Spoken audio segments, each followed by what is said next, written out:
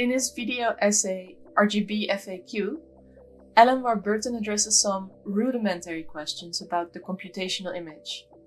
I think in a very macroscopic way, Warburton might be asking, what implications does the development of computer graphics or computer simulation technologies have on computer vision and our everyday realities?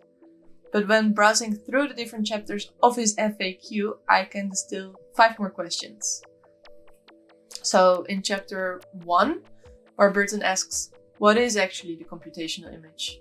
And here Warburton unpacks the dual apparatus of the computational image quite comprehensively by splitting it up in computer vision, so the ways the machine sees or interprets, and secondly, computer graphics or technologies of simulation.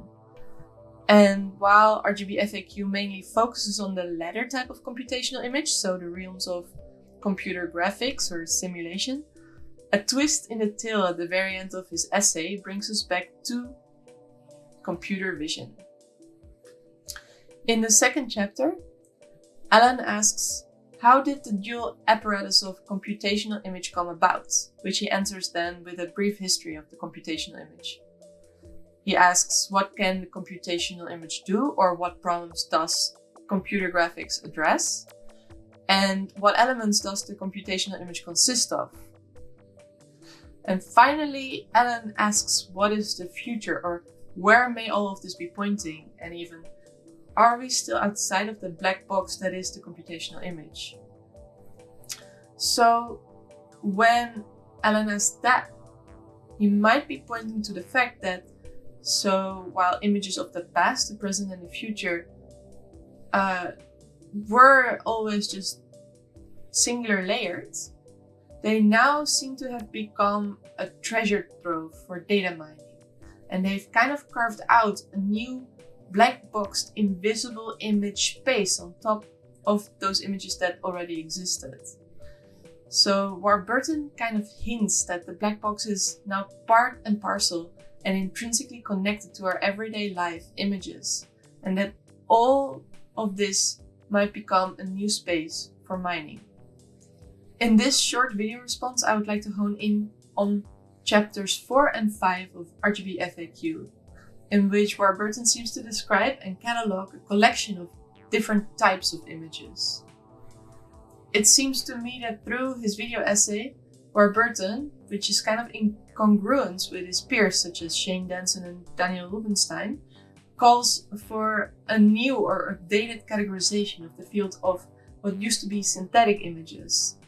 Virilio used to describe synthetic images in opposition to real images that are based upon direct measurements, whereas synthetic images are generated by indirect measurement techniques. So what I would like to do with this short response is to first recall some of the types of images Warburton mentions in his FAQ, and finally to add a few more to kind of start such a categorization or indexation of the field of fragmented images, and finally to offer a little reflection. So besides the computational image, which is this dual apparatus, Alan also describes the exploded image, which is an image consisting of different render elements like beauty, matte, geometry, and utility elements.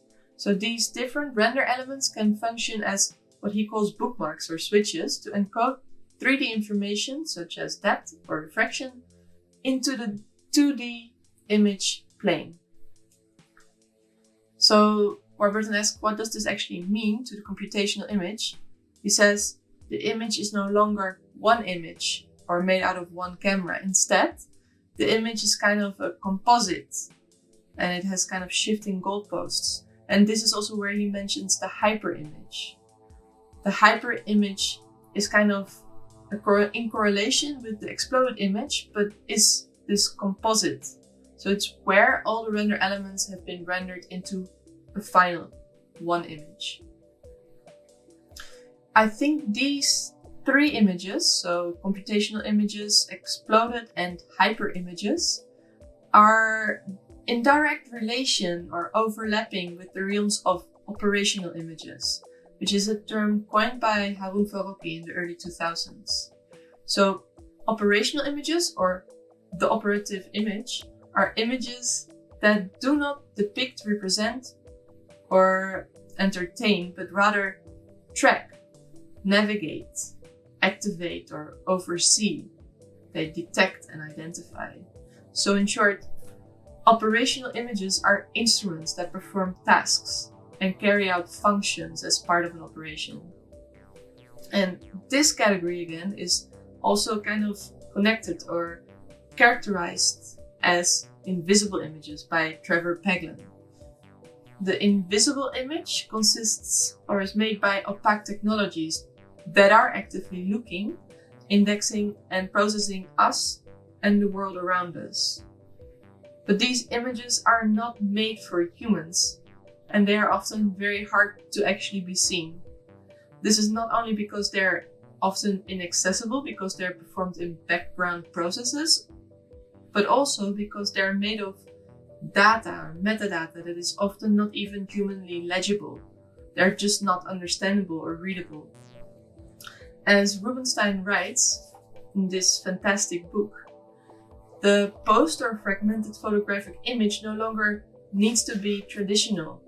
It doesn't need to be representational, because these images no longer follow the indexicality of the sign of the image. They kind of have become photographic skeuomorphs. You should also realize that the usage of images has changed.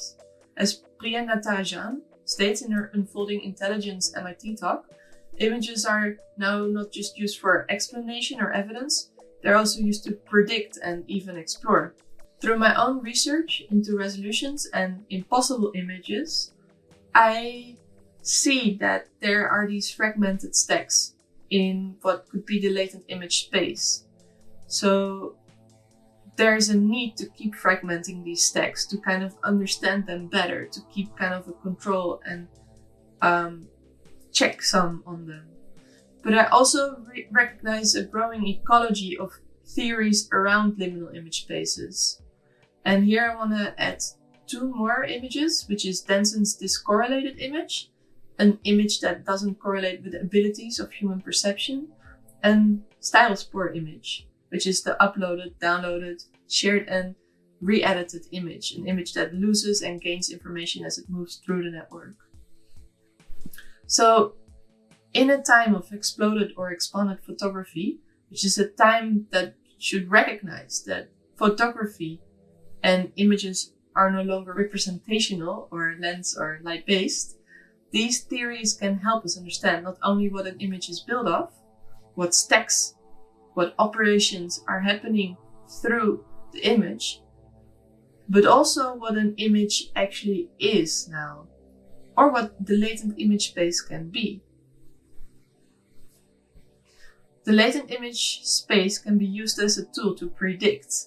It can expand our perception, and in doing so, it can give us new ways to see. But the question is, are these ways we actually want to see or want to be looked by or at?